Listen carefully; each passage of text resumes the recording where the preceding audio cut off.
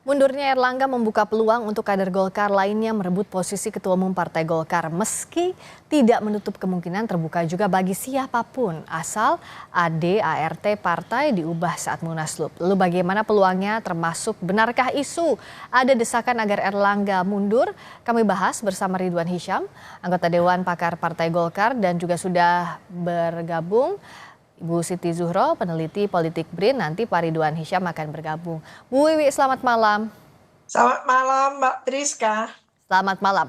Kalau melihat mundurnya Pak Erlangga yang tiba-tiba dikatakan ini keinginan pribadi, tapi ada kecurigaan juga dari mantan kader Golkar, Yusuf Hamka misalnya yang bilang bahwa tampaknya ada desakan meskipun dibantah oleh DPP Golkar. Bagaimana Mbak Wiwi lihat dinamika ini? Iya, apa yang dikatakan Pak Yusuf Hamka tadi itu sampai beliau mundur ya sebagai pengurus dan bahkan sebagai calon gitu ya yang akan diusung dalam Pilkada 2024 ini ya menunjukkan bahwa ya kaget beliau kan gitu. Tadi juga ada ungkapan dari Pak Luhut Binsar Panjaitan yang mengatakan sebagai tentu ya sama-sama pengurus di situ kaget kok ada gonjang-ganjing lah ini. Jadi harus digarisbawahi ini kok ada gonjang-ganjing.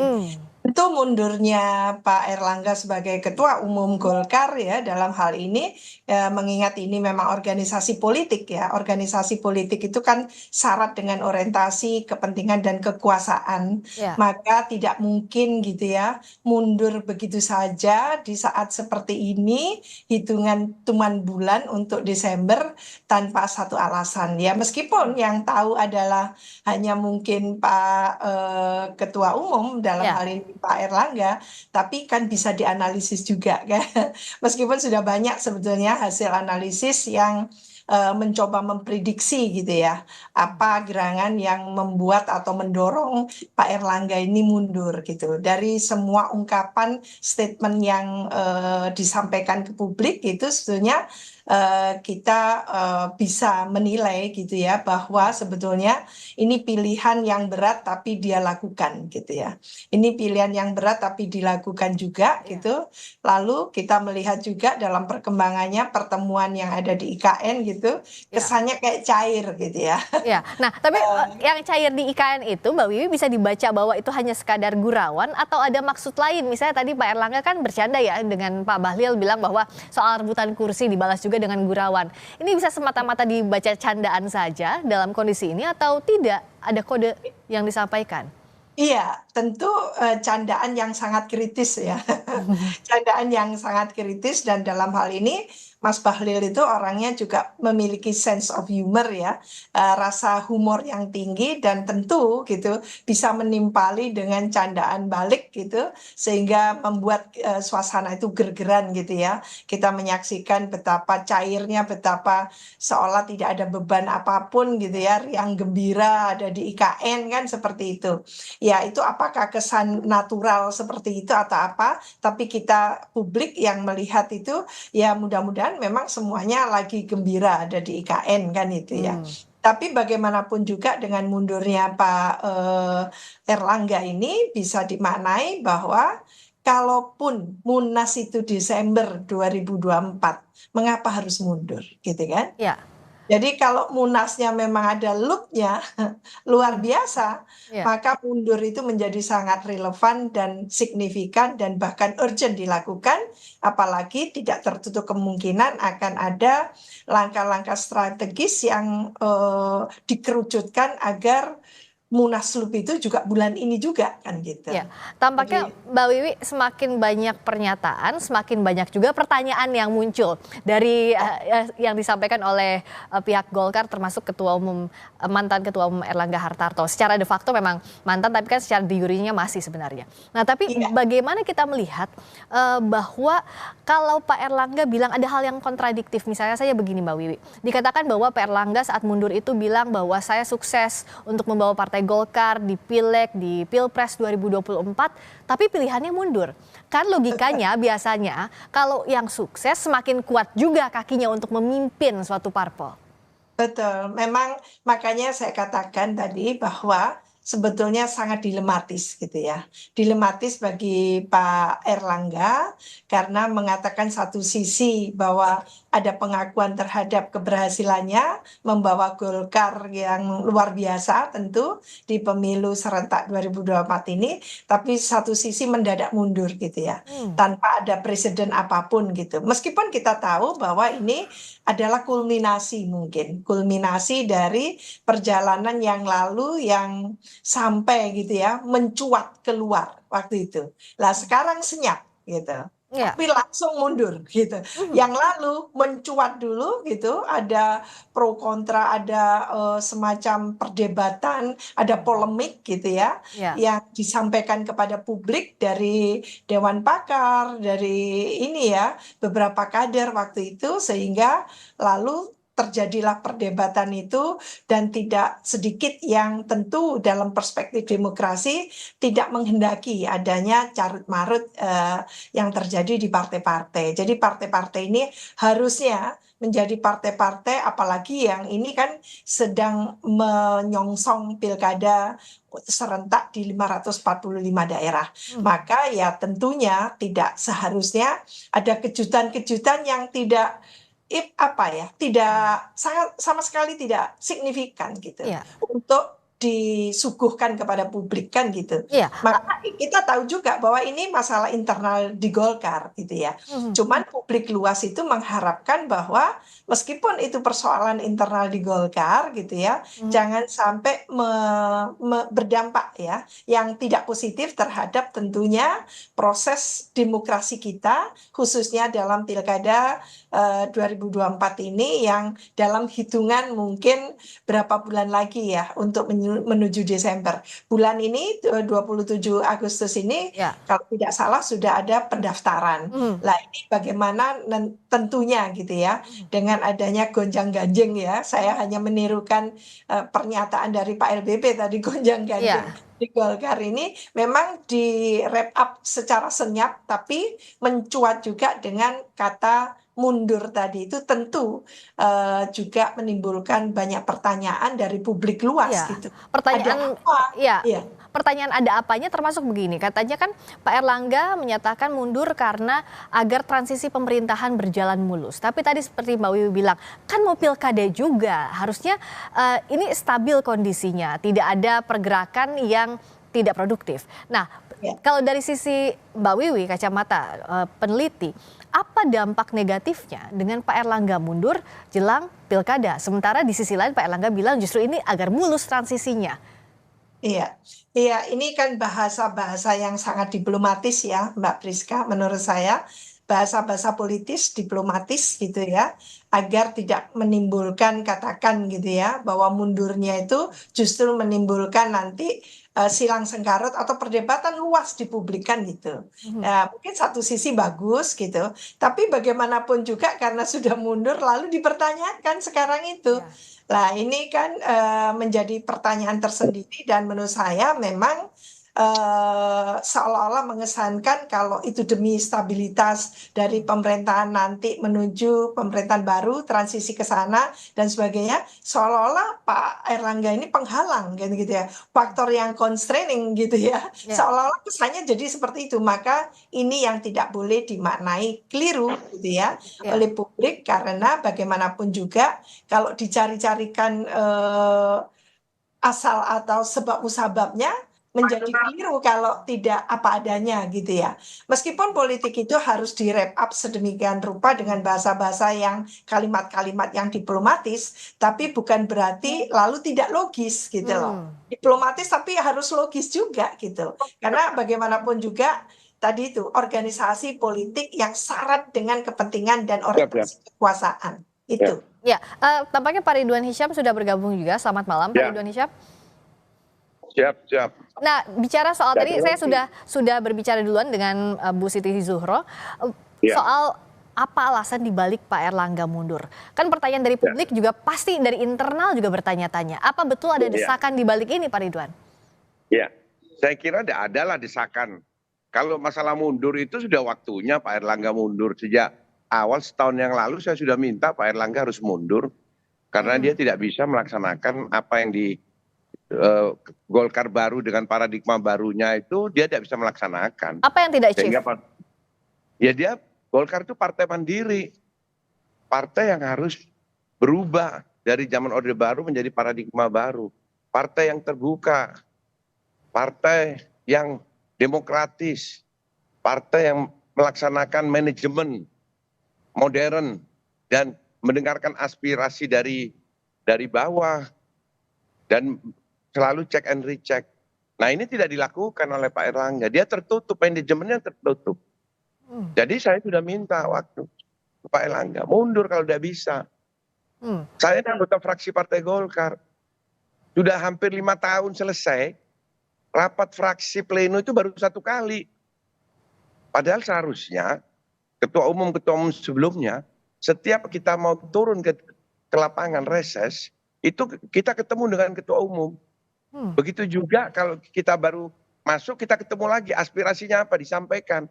Sehingga menjadi kebijakan-kebijakan partai. Ini tidak dilakukan. Saya selalu mengkritik, saya dianggap orang gila. Nah, Pak Ridwan, karena mengkritik terus. Pak Erlangga kan bilang bahwa ini mundurnya, saat mundur Pak Erlangga bilang bahwa di sisi lain justru sukses membawa Golkar, menahkodai Golkar di pemilu. Di sisi lain juga apakah ini kalau tadi Pak Ridwan bilang harusnya memang mundur, apa tepat waktunya? Ini kan mau pilkada, Munas juga nanti masih Desember. Mundurnya seharusnya setahun yang lalu. Kalau sekarang bukan waktunya mundur, kurang 3 bulan mau mundur. Setahun yang lalu. Kalau ini sukses pemilu Golkar, pemilu bukan karena Golkar. Itu efek ekor jas daripada Prabowo, Gibran, suara naik. Kalau mau tahu itu lihat hasil survei sebelum pemilu. Cuma 8-9%, di bawah 10%. Itu kerjanya partai. Ini kerjanya anggota-anggota DPR yang all out, semua anggota DPR Partai Golkar itu. Bukan kerjanya DPP Partai Golkar. Dan ada efek ekor jas dari Prabowo Gibran. Itulah kenapa Golkar naik. Karena saat itu juga ada penurunan yang cukup signifikan dari partai yang lain gitu. Berarti kondisi di Golkar sendiri, di internal Golkar memang ada gejolak begitu Pak Ridwan sejauh ini? Kalau gejolaknya kan sudah terbuka, Golkar ini partai terbuka. Jadi kita sampaikan setahun yang lalu sudah gejolak bulan Juli, kita sudah minta munaslup. Tapi karena kita ini partai yang solid, begitu sudah diberi informasi, saya selaku Dewan Pakar memberikan masukan, Ketua Dewan Pakar dan Sekretaris Dewan Pakar membuat surat resmi untuk maju sebagai calon presiden karena dia adalah calon presiden Golkar hasil Munas, dan kita membuat poros keempat, tidak didengarkan. Dan tidak ada klarifikasi. Dan kita tidak pernah Dewan Pakar yang jumlahnya cukup banyak. Dewan Pakar ini anggotanya para mantan gubernur, mantan duta-duta besar, mantan DPR itu ada semua Dewan Pakar. Tidak didengar sama Erlangga. Diundang aja sekali tidak pernah selama 5 tahun ini. Apakah itu adalah pemimpin yang terbuka? Tidak benar kan? Sangat tertutup, manajemennya manajemen tertutup dia. Nah, jadi kalau sudah waktunya mundur, ya sudah waktunya. Di tengah setahun yang lalu. Ya Pak Ridwan, di tengah gejolak yang terbuka ini, untuk bursa nama yang masuk sebagai dari mulai PLT Ketua Umum ataupun nanti definitif, siapa saja yang sudah mengemuka di internal? Ya memang ada istilah orang dalam, ada orang luar. Siapa tuh? Tapi menurut saya, karena partai ini partai terbuka, semuanya diperbolehkan. Orang dalam itu adalah orang yang sudah masuk di dalam kepengurusan atau sedang dalam kepengurusan partai. Baik itu di DPP, di DPD, di Dewan Pembina, Dewan Pakar, Dewan Penasehat, itu orang dalam. Orang luar adalah kader-kader Golkar yang tidak distruktur. Nah, contohnya orang luar itu adalah kalau dari kelompok, karena Golkar ini kan kita harus lihat sejarah. Ada sejarahnya, ada kelompok dari A, dari ABRI, dari B ada birokrat, ada G golongan. Kalau A kita dengar ada nama Purnawirawan Dudung Abdurrahman. Dari B ada Yusuf Puteh ya. Itu apa namanya ketua BPKP. Dari G ada Bahlil, itu dianggap orang luar. Tapi semua itu adalah kader Golkar. Orang dalamnya ada namanya Bambang Susatyo, ada Agus Gumiwang. Nah, itu adalah orang dalam yang ada di struktur. Nah, atau mungkin ada lagi nanti yang dalam struktur yang maju. Jadi buat saya itu tidak masalah. Yang terpenting dia memenuhi syarat PDLT. Itu adalah syarat dari Golkar. P-nya itu orang yang berprestasi. Yang kedua, D-nya orang yang berdedikasi. L-nya dia harus orang yang loyal. Dan D, orang yang tidak tercela. Selama dia memenuhi PDLT itu silahkan. Nah kalau Mbak Wiwi lihatnya dari nama-nama orang dalam dan orang luar tadi yang diklasifikasikan oleh Pak Ridwan Hisyam, itu bagaimana membaca pemetaannya, termasuk juga bagaimana membaca peluangnya? Iya, Golkar ini partai lama, partai yang dihuni oleh para teknokrat gitu ya, kader-kadernya oke, bagus-bagus SDM-nya. Ya Mas Hisam ya. Ya siap Prof. Ini Prof ini sama-sama Jawa Timur. Bagus-bagus. Jadi tentu kalau kadernya banyak seperti ini, kita harapkan ya Partai Golkar itu menjadi role model gitu ya. Bagaimana agar SDM yang baik tadi itu, yang memenuhi kata Mas Ridwan Hisyam tadi itu adalah PDLT ya kalau nggak salah. Ya, betul PDLT. Nah, PDLT tadi itu tentu itu dikompetisikan. Supaya apa? Supaya terasa hak otonom dari masing-masing kader tadi itu. Ya biasanya ada ketum, ada waketum ya. Jadi di situ silahkan saja mau Mas Erwin Aksa, mau Mas Doli, Kurnia Tanjung gitu ya. Terus ada Mas Ridwan Hisyam ini juga kader sudah luar biasa ini. Ini sudah kader, boleh dong. Kader tua. Jadi betul-betul enggak ada tua muda. Saya bukan aliran yang pokoknya muda, tidak, tapi yang PDLT tadi itu. Maka itu yang dikompetisikan supaya ada fairness. Jangan langsung ujuk-ujuk gitu ya. Muncul calon tunggal, lalu aklamasi. Waduh, buruk banget itu. Jadi itu kalau itu halnya maka nanti Partai Golkar ini akan menuai kapan senyap, kapan gonjang-ganjing. Kan? Mbak Wiwi, jadi kan tadi dikompetisikan dari PDLT yang jadi kriteria. Tapi adakah satu unsur lainnya, Pak Ridwan Hisyam, restu dari penguasa? Dalam hal ini kan yang saat ini memerintah Presiden Jokowi. Kenapa saya tanyakan ini? Karena dalam sejarahnya Partai Golkar ini kan selalu ada di sisinya pemerintah. Bagaimana menjawab ini? Apakah iya faktor restu dari penguasa juga jadi hal yang utama? Jadi ini Mbak tidak masalah restu-restuan. Ini adalah doktrinnya Partai Golkar sejak Sekber Golkar sampai Partai Golkar. Di dalam anggaran dasar anggaran rumah tangga Partai Golkar, sejak Golkar di zaman yang lalu, itu ada namanya doktrin karya siaga karya praja atau doktrin kekaryaan. Setiap kader Golkar harus bekerja sesuai profesinya masing-masing dengan yang baik. Gatra Praja itu membela pemerintah, menjadi tameng pemerintah. Jadi bukan karena Pak Harto memimpin 30 tahun dia ketua Dewan Pembina kita mendukung pemerintah, bukan. Begitu Pak Harto turun diganti Gus Dur, kita juga dukung Gus Dur. Kenapa? Karena Golkar ini didirikan di dalam rangka menjaga pemerintahan. Begitu juga waktu Bu Mega, kita ada di dalam. Waktu SBY, ya memang SBY Golkar, kan dia dari kelompok A. Nah, begitu Jokowi, ya kita juga ada di situ.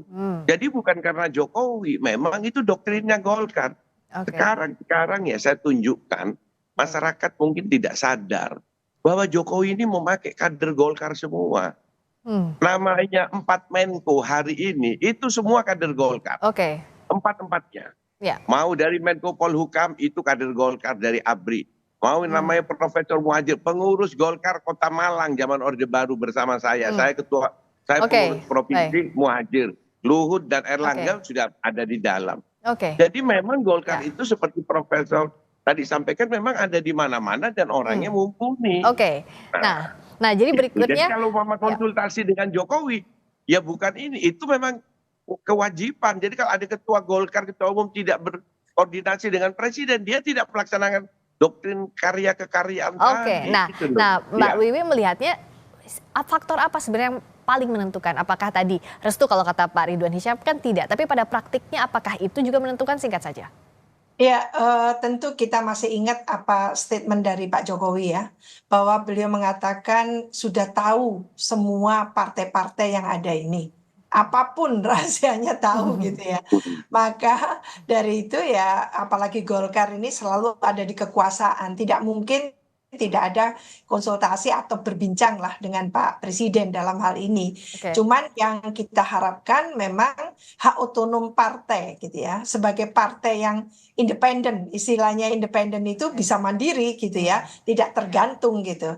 Malah partai lah yang akan mengusung calon presiden, calon wakil presiden. Kita harapkan memang bukan semakin merosot peran dari Golkar ini dalam perspektif demokrasi ya tentunya, oke, tapi justru meningkat, menunjukkan gitu ya, ini kebangkitan Golkar. baik. Pemilu 2024 sudah dimenangkan di legislatif, bukan dimenangkan, lumayan naik naik Peringkat ininya, 2 ya? naik kursinya.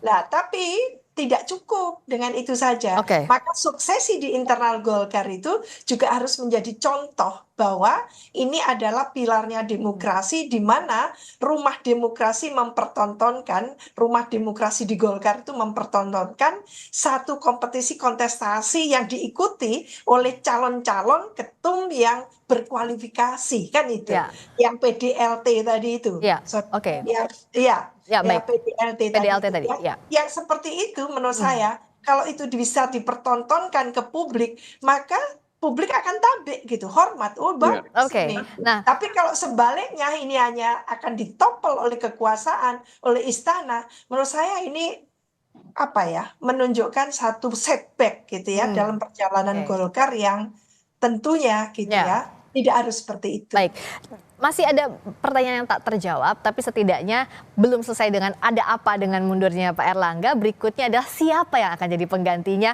Kita masih nantikan bagaimana perkembangannya dalam waktu dekat ini. Besok ya, kalau tidak salah untuk plenonya. Terima kasih Pak Ridwan Hisyam, anggota Dewan Pakar Partai Golkar. Terima kasih juga Mbak Siti Zuhro, Bu Wiwi, peneliti Terima kasih. politik BRIN, sudah hadir di Sapa Indonesia Malam. Selamat malam semuanya.